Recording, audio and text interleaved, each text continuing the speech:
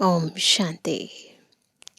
सत बाप, सत शिक्षक, सतगुरु शिव बाबा अपने अमूल्य महावाक्यों द्वारा हमें रोज ज्ञान की समझानी देते हैं, सावधानी देते हैं, शिक्षाएं देते हैं और साथ साथ ये भी सिखाते हैं कि कैसे हमें स्व कल्याण के साथ साथ विश्व का भी कल्याण करना है।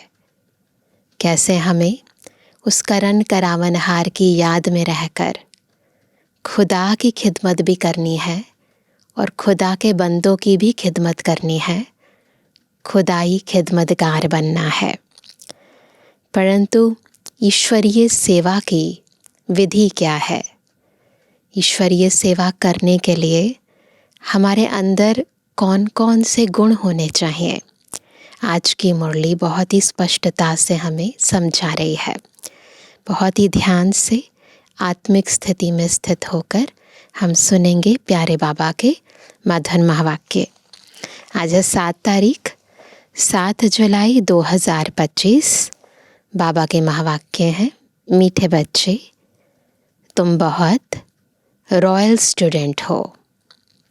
तुम्हें बाप, टीचर और सतगुरु की याद में रहना है। अलौकिक खिदमत यानी सेवा करनी है। यूँ तो सभी लोग सेवा करते हैं, लेकिन अलौकिक सेवा सब नहीं कर सकते। अलौकिक सेवा होती क्या है और करने की विधि क्या है, केवल जब बाबा आते हैं तो हम बच्चों को सिखाते हैं।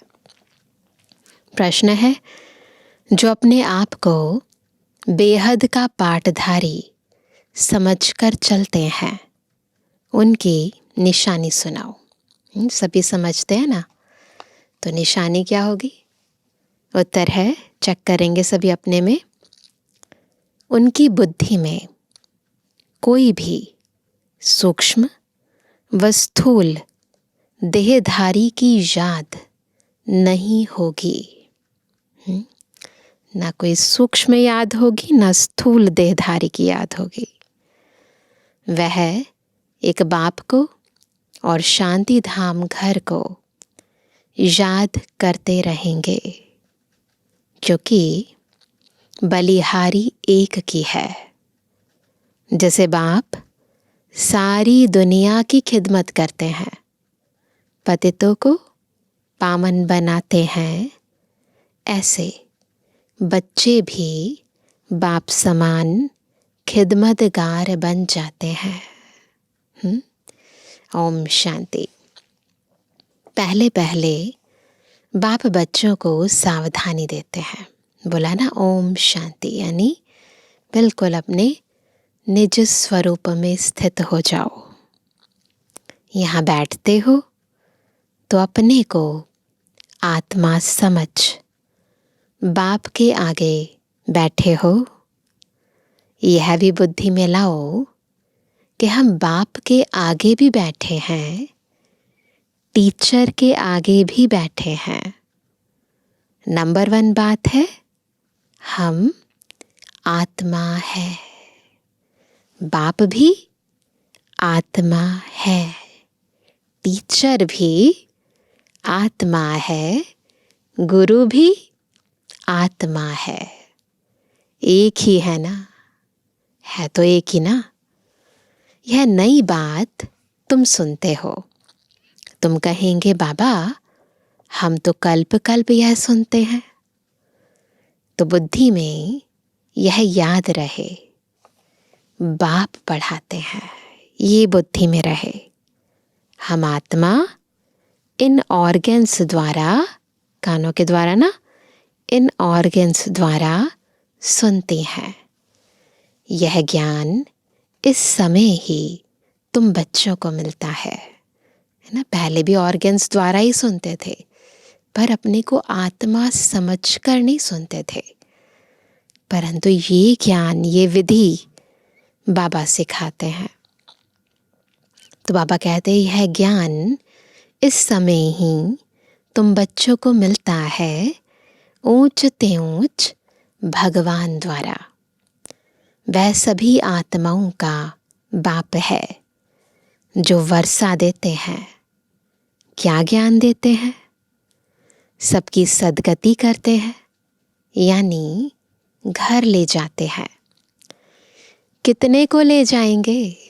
घर ले जाते हैं, पर कितनों को? यह सब तुम जानते हो। सबको ले जाते हैं बाबा। मच्छरों सदृश सभी आत्माओं को जाना है। सतयुग में एक ही धर्म, पवित्रता, सुख, शांति सब रहता है। तुम बच्चों को चित्र पर समझाना बहुत सहज है। बच्चे भी नक्शे पर समझ जाते हैं ना। स्कूल के अंदर जाते हैं ना, तो नक्शे पर सब समझ जाते हैं। इंग्लैंड है, यह है, फिर वह याद पड़ जाता है। यह भी ऐसे है। तो जो बाबा ने पिक्चर्स बनवाई हैं, जो चित्र बनवाए हैं प्रदर्शनी के, वो हमारे सामने क्या है? नक्शे हैं। एक एक स्टूडेंट को समझाना होता है। महिमा भी एक की है। शिवाय नमः। ऊंच ते ऊंच भगवान। रचता बाप घर का बड़ा होता है ना। वह हद के यह है सारे बेहद के घर का बाप। यह फिर टीचर भी है। तुमको पढ़ाते हैं तो तुम बच्चों को बहुत खुशी रहनी चाहिए। किसी का पिता टीचर भी हो तो खुश हो जाएगा ना। तो हमें तो बहुत खुशी होनी चाहिए। तुम स्टूडेंट भी रॉयल हो। बाप कहते हैं मैं साधारण तन में आता हूँ। प्रजापिता ब्रह्मा भी ज़रूर यहाँ चाहिए, इसी सृष्टि में चाहिए। उन बगैर काम कैसे चल सकता? और ज़रूर बुजुर्ग ही होना चाहिए। ऐसा भी नहीं कोई युवा होना चाहिए या बच्चा होना चाहिए। तो ज़रूर बुजुर्ग ही चाहिए, क्योंकि एडॉप्टेड है ना। तो बुजुर्ग चाहिए। श्री कृष्ण तो बच्चे बच्चे बोल ना सके। बच्चे के तन में आकर शिव बाबा कैसे कहेंगे बच्चे बच्चे? बुजुर्ग के तन में आके बच्चे बच्चे कहेंगे तो फिर भी समझ आएगा, रियलाइज़ होगा थोड़ा सा। लेकिन बच्चे के तन में करेंगे तो सबको फील ही नहीं आएगा। बुजुर्ग शोभता है। बच्चे को थोड़े ही कोई बाबा कहेंगे।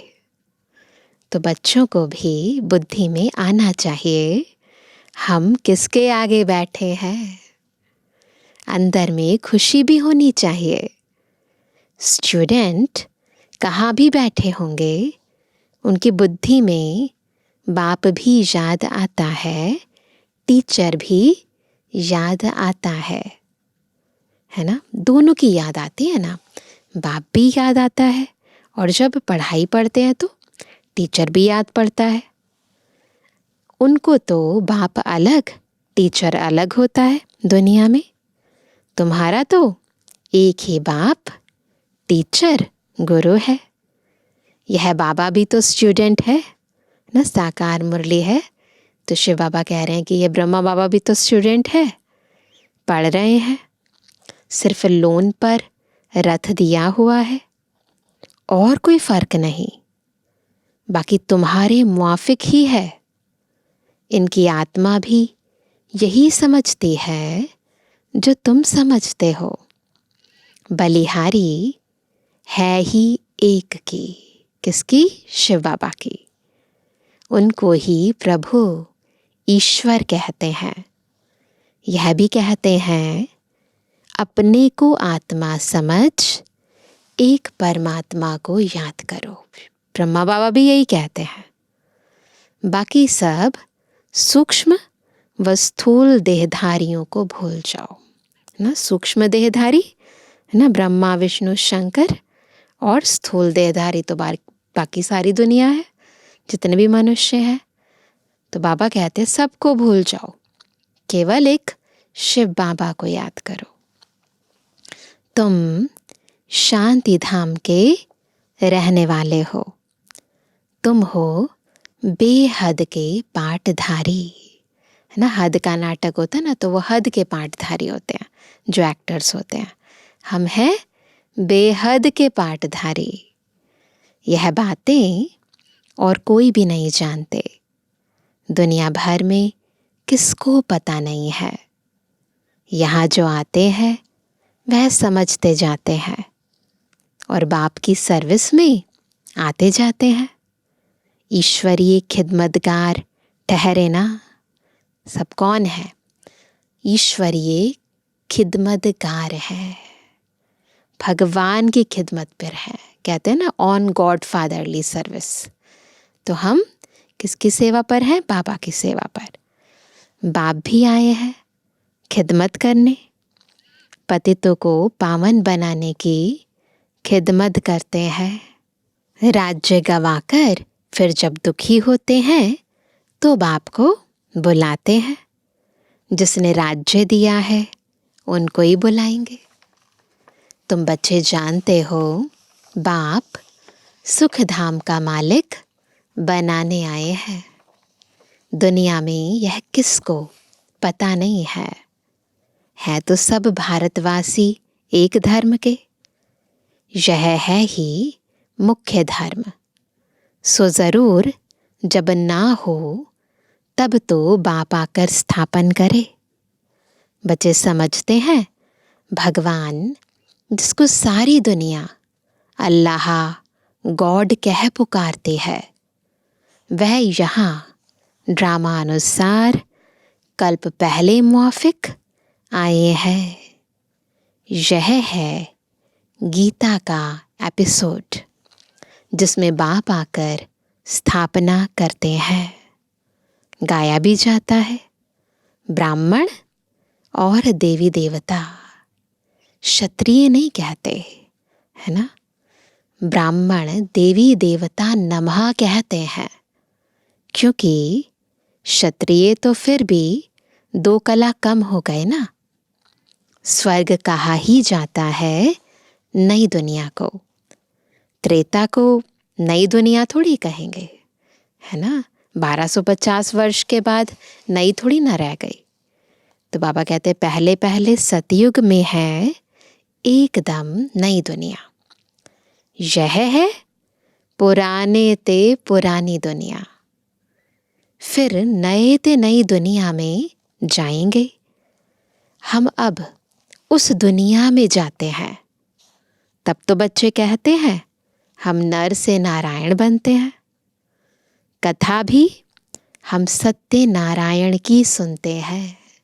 तो कौन सी कथा सुन रहे हैं? सत्य नारायण की। प्रिंस बनने की कथा नहीं कहते, सत्य नारायण की कथा है। वह नारायण को अलग समझते हैं, परंतु नारायण की कोई जीवन कहानी तो है नहीं। ज्ञान की बातें तो बहुत है ना, इसलिए 7 रोज दिए जाते हैं। 7 रोज भट्ठी में रहना पड़े, परंतु ऐसे भी नहीं यहाँ भट्ठी में रहना है। ऐसे तो फिर भट्ठी का बहाना कर बहुत ढेर आ जाए तो सभी तो मधुबन में नहीं रह सकते ना। तो इसीलिए सेंटर पर भी सब नहीं रह सकते। तो बस 7 डेज़ का कोर्स किया जाता है। उन 7 डेज़ कोर्स के अंदर सारी ज्ञान की विस्तार पूर्वक बातें भी बताई जाती हैं, मेडिटेशन भी कराया जाता है और धारणाएं भी समझाई जाती हैं। तो बाबा कहते हैं पढ़ाई सवेरे और शाम को होती है। दोपहर में वायुमंडल ठीक नहीं होता है। रात्रि का भी 10 से 12 तक बिल्कुल खराब टाइम है। यहाँ तुम बच्चों को भी मेहनत करनी है। याद में रहे सतु प्रधान बनने की। वहाँ तो सारा दिन काम धंधे में रहते हो। ऐसे भी बहुत होते हैं जो धंधा धोरी करते फिर पढ़ते भी हैं। जास्ती अच्छी नौकरी करने के लिए तो लोग करते हैं ना, नौकरी भी करते हैं साथ साथ पढ़ाई भी करते हैं। लेकिन बाबा कहते हैं जब मधुबन में आओ तो वहाँ की बातें छोड़ कर आओ, तो वहाँ की बातें नहीं करो फिर। परंतु आजकल तो मोबाइल हो गया ना, तो कनेक्शन रहता है, लेकिन फिर भी कोशिश करनी चाहिए मन बुद्धि वो भी यहाँ ही लगा रहे। तन से तो आ ही जाते हैं, परंतु मन बुद्धि से भी यहीं रहे। तो बाबा कहते हैं यहाँ भी तुम पढ़ते हो तो टीचर को याद करना पड़े जो पढ़ाते हैं। अच्छा, टीचर समझकर ही याद करो तो भी तीनों ही इकट्ठे याद आ जाते हैं, है ना। अगर यही सोचो कि चलो बाप नहीं याद रहता, गुरु नहीं याद रहता, कोई बात नहीं, टीचर ही समझ लो, तो टीचर समझेंगे तो बाकी दो की याद अपने आप आ जाएगी। तो बाबा कहते हैं बाप, टीचर, गुरु तुम्हारे लिए बहुत सहज है, तो झट याद आने चाहिए, तीनों झट याद आने चाहिए ना। बाबा की याद आनी चाहिए, टीचर का साथ रहना चाहिए, गुरु का आशीर्वाद भी रहना चाहिए। तो बाबा कहते हैं यह हमारा बाबा भी है, टीचर और गुरु भी है। ऊंच ते ऊंच बाप है, जिससे हम स्वर्ग का वर्षा ले रहे हैं। हम स्वर्ग में ज़रूर जाएंगे, स्वर्ग की स्थापना ज़रूर होनी है।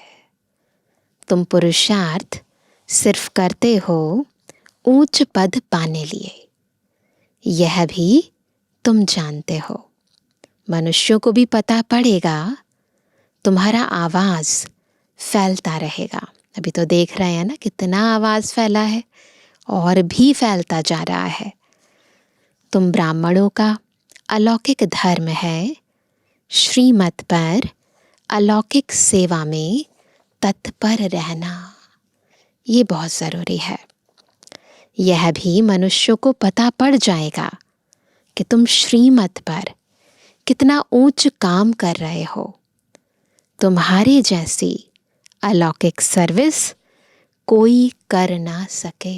ये अलौकिक सर्विस है ना। देह की सर्विस तो बहुत लोग करते हैं, स्थूल रूप से दान भी बहुत लोग करते हैं, परंतु रूहानी सेवा, आत्माओं की सेवा, आत्माओं को शक्ति देना, शांति देना, सुख देना, परमात्मा की याद दिलाना, ये कार्य केवल बाबा के बच्चे करते हैं।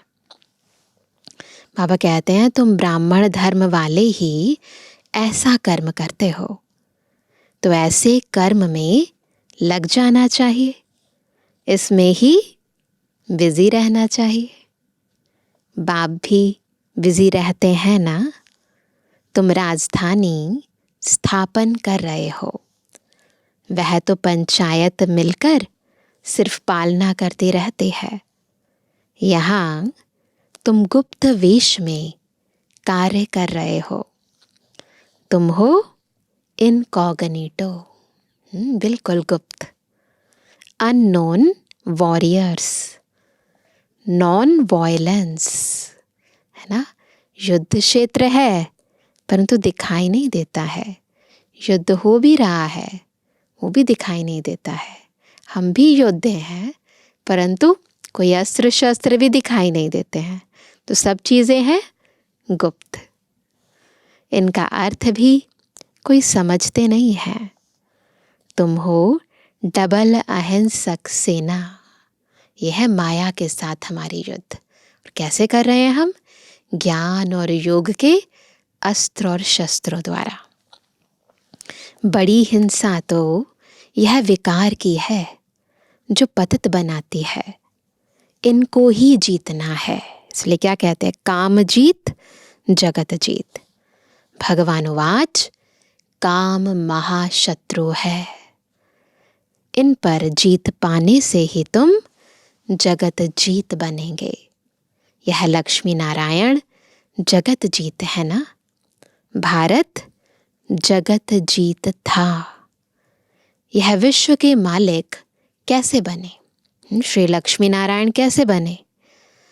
यह भी बाहर वाले समझ ना सके, विकारों पर जीत पाने से। है ना। इस समझने में बुद्धि बड़ी विशाल चाहिए। बड़े बड़े इम्तिहान पढ़ने वालों की विशाल बुद्धि होती है ना। तुम श्रीमत पर अपना राज्य स्थापन करते हो। तुम किसको भी समझा सकते हो विश्व में शांति थी ना, और कोई राज्य नहीं था। स्वर्ग में अशांति हो ना सके। बहिश्त को कहते ही हैं गार्डन ऑफ अल्लाह। स्वर्ग के बहुत सारे नाम हैं, बहिश्त भी है और गार्डन ऑफ अल्लाह भी है। सिर्फ बगीचा थोड़ी होगा, मनुष्य भी चाहिए ना। अभी तुम बच्चे जानते हो हम बहिश्त के मालिक बन रहे हैं। तुम बच्चों को कितना नशा रहना चाहिए और ऊंच ख्यालात होने चाहिए। नशा भी चाहिए और ख्यालात कैसे होने चाहिए? बहुत ऊंचे। तुम बाहर के कोई भी सुख को नहीं चाहते हो। इस समय तुमको बिल्कुल सिंपल रहना है।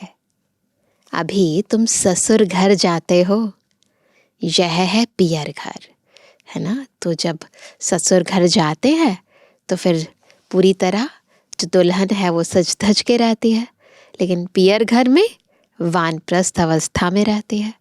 तो इसलिए बाबा कहते हैं कि अभी बाहर का सुख सुविधा इन सब के पीछे नहीं जाना है। अभी हम कहाँ हैं? पियर घर। फिर ससुर घर जाएंगे, फिर सब कुछ मिलेगा। यहाँ तुम्हें डबल पिताएं मिले हैं, एक निराकार ऊंच ते ऊंच, दूसरा फिर साकार, वह भी ऊंच ते ऊंच। अभी तुम ससुर घर विष्णुपुरी में जाते हो। उनको कृष्णपुरी नहीं कहेंगे, बच्चे की पुरी नहीं होती। विष्णुपुरी अर्थात लक्ष्मी नारायण की पुरी। तुम्हारा है राजयोग, तो जरूर नर से नारायण बनेंगे, राजा बनेंगे ना। तो नारायण राजा की गद्दी है ना। तुम बच्चे हो सच्चे सच्चे खुदाई खिदमतगार। आज का याद रखेंगे स्वमान क्या है? हम सभी कौन है? खुदाई खिदमतगार। बाबा सच्चा खुदाई खिदमतगार उसे कहते हैं जो कम से कम 8 घंटा आत्म अभिमानी रहने का पुरुषार्थ करते हैं, है ना। तो हम सब करते हैं। अगर 8 घंटा आत्म अभिमानी रहने का पुरुषार्थ करते हो तो कहेंगे खुदाई खिदमतगार। कोई कर्म बंधन ना रहे तब खिदमतगार बन सकते हो, और कर्मातीत अवस्था हो सकती है। नर से नारायण बनना है तो कर्मातीत अवस्था जरूर चाहिए। कर्म बंधन होगा तो सजा खानी पड़ेगी। बच्चे खुद समझते हैं याद की मेहनत बड़ी कड़ी है, युक्ति बहुत सहज है। सिर्फ बाप को याद करना है। भारत का प्राचीन योग मशहूर है। योग के लिए ही नॉलेज है। ज्ञान हो जाता है मैं आत्मा हूँ, मेरा पिता शिव बाबा है, फिर योग लग जाता है। तो योग के लिए ही नॉलेज है जो बाप आकर सिखलाते हैं। श्री कृष्ण कोई योग थोड़ी सिखलाते हैं। श्री कृष्ण को फिर स्वदर्शन चक्र दे दिया है, वह भी चित्र कितना रॉन्ग है। अभी तुमको कोई चित्र आदि की याद नहीं करना है। कोई चित्र आदि को याद नहीं करना है। चित्र यानी एक है पिक्चर और एक है ये शरीर। इसलिए बाबा ने कहा तुमको कोई चित्र आदि भी याद नहीं करना है। सब कुछ भूलो। कोई में बुद्धि ना जाए। लाइन क्लियर चाहिए, है ना। कोई भी जब बाबा को याद कर रहे हैं, चेक करो किसकी याद आती है। जिसकी याद आ रही है ना, उसके कारण हमारी लाइन क्लियर नहीं हो पा रही है, तो उसको भूलो, है ना। तो बाबा की याद रहेगी तो शक्ति मिलेगी। यह है पढ़ाई का समय। दुनिया को भूल, अपने को आत्मा समझ और बाप को याद करना है, तभी पाप नाश होंगे। बाप कहते हैं, पहले पहले तुम अशरीरी आए थे। याद आता है, सतयुग आदि में हम सभी आत्माएं अशरीरी आए थे। फिर तुमको जाना है, वैसे ही जाना है। तुम ऑलराउंड हो, पूरा चक्र घुमा लिया, पूरे 84 जन्म ले लिए, तो ऑलराउंडर है। वह होते हैं हद के एक्टर्स, तुम हो बेहद के। तो शुरू से लेकर एंड तक हम आत्माओं का बेहद का पार्ट है। तो इसलिए हम सभी कौन है ना, ऑलराउंडर। तो खुदाई खिदमतगार भी हैं, ऑलराउंडर भी हैं। तो बाबा कहते हैं, अभी तुम समझते हो, हमने अनेक बार पाठ बजाया है। अनेक बार तुम बेहद के मालिक बनते हो। इस बेहद के नाटक में फिर छोटे छोटे नाटक भी अनेक बार चलते रहते हैं। सतयुग से कलयुग तक जो कुछ हुआ है वह रिपीट होता रहता है। ऊपर से लेकर अंत तक तुम्हारी बुद्धि में है। ऊपर से लेकर मूल वतन, सूक्ष्म वतन और सृष्टि का चक्र, बस। और कोई धाम से तुम्हारा काम नहीं, बस यही है। यही इम्पोर्टेंट ज्ञान है और यही आत्माएं विचरण करती हैं। तुम्हारा धर्म बहुत सुख देने वाला है। उनका जब समय आएगा तब वह आएंगे। नंबरवार जैसे जैसे आए हैं ऐसे ही फिर आएंगे, है ना। बिल्कुल जैसे जैसे सृष्टि चक्र फिरा है, एज इट इज रिपीट होगा। तो बाबा कहते हैं, नंबरवार जैसे जैसे आए हैं ऐसे ऐसे फिर जाएंगे। हम और धर्म का क्या वर्णन करेंगे। तुमको सिर्फ एक बाप की ही याद रहनी है। चित्र आदि यह सब भूलकर एक बाप को याद करना है। ब्रह्मा विष्णु शंकर को भी नहीं, सिर्फ एक को। तो ना साकारी न आकारी। वह समझते हैं परमात्मा लिंग है। अब लिंग समान कोई चीज हो कैसे सकती है ना। शिवलिंग बनाते हैं ना, तो ऐसे तो नहीं है शिव बाबा। वह भला ज्ञान कैसे सुनाएंगे। क्या प्रेरणा से कोई लाउड स्पीकर रखेंगे जो तुम सुनेंगे। प्रेरणा से तो कुछ होता नहीं। ऐसे नहीं शंकर को प्रेरते हैं, यह सब ड्रामा में पहले से ही नोंद है। ऐसा नहीं है कि किसी को प्रेरणा देते हैं, नहीं। ड्रामा प्लान अनुसार जिस आत्मा का जो पाठ है, जो विनाश के निमित्त बनी है, जो स्थापना के निमित्त बनी है, वो अपना अपना पाठ बजाते हैं आत्माएं। विनाश तो होने का ही है। जैसे तुम आत्माएं शरीर द्वारा बात करती हो, वैसे परमात्मा भी तुम बच्चों से बात करते हैं। उनका पाठ ही दिव्य अलौकिक है। पतितों को पावन बनाने वाला एक ही बाप है। कहते हैं मेरा पाठ सबसे न्यारा है। कहते हैं ना, तुमरी गतमत तुम ही जानो। तो बाबा का पाठ सबसे न्यारा है। कल्प पहले जो आए होंगे वह आते रहेंगे। जो कुछ भी पास्ट हुआ ड्रामा, इसमें ज़रा भी फर्क नहीं। फिर पुरुषार्थ का ख्याल रखना है। ऐसे नहीं ड्रामा अनुसार हमारा कम पुरुषार्थ चलता है, फिर तो पद भी बहुत कम हो पड़ेगा। पुरुषार्थ को तेज करना चाहिए, ड्रामा पर छोड़ नहीं देना है ना। पहले है पुरुषार्थ, पुरुषार्थ कर लिया, फिर जो रिजल्ट आया फिर कह सकते हैं ड्रामा, ताकि फिर व्यर्थ संकल्प ना चले। लेकिन पहले क्या है?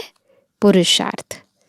अपने चार्ट को देखते रहो, बढ़ाते रहो, नोट रखो, हमारा चार्ट बढ़ता जाता है, कम तो नहीं होता है। बहुत खबरदारी चाहिए। यहाँ तुम्हारा है ब्राह्मणों का संग, बाहर में सभी हैं कुसंग। वह सभी उल्टा ही सुनाते हैं। अब बाप तुमको कुसंग से निकालते हैं। मनुष्यों ने कुसंग में आकर अपना रहन सहन, अपनी पहरवाइश आदि सब बदल दी है। देश वेश ही बदल दिया है। यह भी जैसे अपने धर्म की इंसल्ट की है ना। पाश्चात्य सभ्यता को इतना ज़्यादा अपना लिया है कि जो हमारी ओरिजिनल सभ्यता थी, संस्कार थे, वो तो जैसे गुम हो गए हैं। तो बाबा कहते हैं देखो कैसे कैसे बाल बनाते हैं, देह अभिमान हो जाता है। 100-150 रुपया देते हैं सिर्फ बाल बनाने के लिए। तो ये तो बाबा के टाइम की बात है। आजकल तो कितना देते हैं। इसको कहा जाता है अति देह अभिमान। वह फिर कभी ज्ञान उठा ना सके। बाबा कहते हैं बिल्कुल सिंपल बनो। ऊंची साड़ी पहनने से भी, ऊंची साड़ी यानी महंगी साड़ी, तो ऊंची साड़ी पहनने से भी देह अभिमान आता है। देह अभिमान तोड़ने के लिए सब हल्का कर देना चाहिए, है ना। बाबा ये नहीं कहते बहुत नीचा, परंतु अक्सर बाबा कहते हैं ना ज़्यादा ऊंचा ना ज़्यादा नीचा, बीच का। अच्छी चीज़ देह अभिमान में लाती है। तुम इस समय वनवाह में होना, हर चीज़ से मोह हटाना है, बहुत साधारण रहना है। शादी आदि में भल रंगीन कपड़े आदि पहनकर जाओ, तोड़ निभाने अर्थ रहना, है ना। कुछ भी जैसे समाज में जाना होता है, पार्टीज़ में जाना होता है, ऑफिस के प्रोग्राम्स में भी जाना होता है, तो कलर्ड कपड़े पहनने पड़ते हैं। तो बाबा उसके लिए मना नहीं करते। तो बाबा कहते तोड़ निभाने अर्थ पहना, फिर घर में आकर उतार दिया, तो उस भान में नहीं रहना है। तुमको तो वाणी से परे जाना है, याद रहे। वानप्रस्थी सफेद पोश में होते हैं। तुम एक एक छोटे बड़े सब वानप्रस्थी हो, इसलिए सफेद पोश में है ना। तो बाबा कहते हैं छोटे बच्चों को भी शिव बाबा की ही याद दिलानी है, इसमें ही कल्याण है। बस हमको अभी जाना है शिव बाबा के पास। अच्छा मीठे किसी के लिए जवानी बच्चों पे जुबानी बाप दादा का दिल जान सको प्रेम से नंबरवार प्रसाद अनुसार याद। रूहानी बच्चों की रूहानी बाप दादा को गुड मॉर्निंग, नमस्ते नमस्ते नमस्ते। धारणा के लिए मुख्य सार पहला, सदा ध्यान रहे कि हमारी कोई भी चलन देह अभिमान वाली ना हो। बहुत सिंपल रहना है, किसी भी चीज़ में ममत्व नहीं रखना है। कुसंग से अपनी संभाल रखनी है। सेकंड पॉइंट, याद की मेहनत से सर्व कर्म बंधनों को तोड़ कर्मातीत बनना है। कम से कम 8 घंटा आत्म अभिमानी रहे सच्चा सच्चा खुदाई खिदमतगार बनना है। वरदान है, विशाल बुद्धि विशाल दिल से अपने पन की अनुभूति कराने वाले मास्टर रचयिता भव। कौन है मास्टर रचयिता? जो विशाल बुद्धि और विशाल दिल से सभी को अपनेपन की अनुभूति कराता है। मास्टर रचयिता की पहली रचना यह देह है, जो इस देह के मालिकपन में संपूर्ण सफलता प्राप्त कर लेते हैं। हाँ, वे अपने स्नेह व संपर्क द्वारा सर्व को अपनेपन का अनुभव कराते हैं। उस आत्मा के संपर्क से सुख की, दातापन की, शांति, प्रेम, आनंद, सहयोग, हिम्मत, उत्साह, उमंग, किसी न किसी विशेषता की अनुभूति होती है। उन्हें ही कहा जाता है विशाल बुद्धि विशाल दिल वाले। स्लोगन है, उमंग उत्साह के पंखों द्वारा सदा उड़ती कला की अनुभूति करते चलो। आज का अव्यक्त इशारा, संकल्पों की शक्ति जमा कर श्रेष्ठ सेवा के निमित्त बनो। स्वयं को श्रेष्ठ संकल्पों से संपन्न बनाने के लिए ट्रस्टी बनकर रहो। अंदर से रहे मेरा कुछ नहीं, सब बाबा का है। ट्रस्टी बनना अर्थात डबल लाइट फरिश्ता बनना, बिल्कुल हल्के हो जाना, सारे बोझ बाबा को दे देना। ऐसे बच्चों का हर श्रेष्ठ संकल्प सफल होता है। एक श्रेष्ठ संकल्प बच्चे का और 1000 श्रेष्ठ संकल्प का फल बाप द्वारा प्राप्त हो जाता है। एक का 1000 गुना मिल जाता है। तो क्या करना है? ट्रस्टी बनकर रहना है। अच्छा, ओम शांति।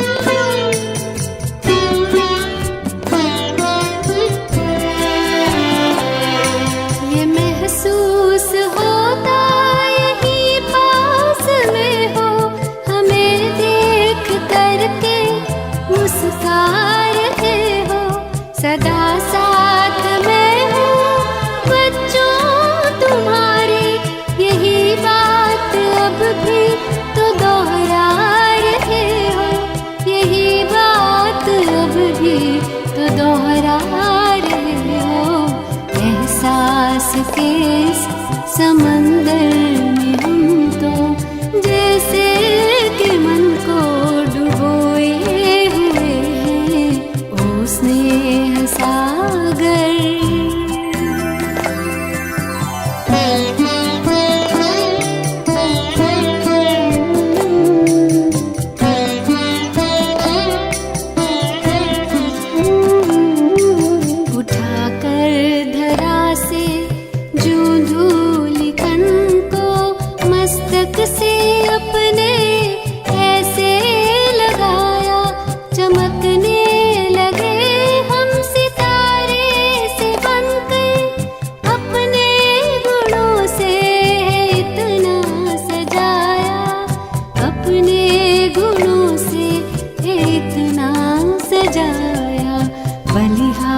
करो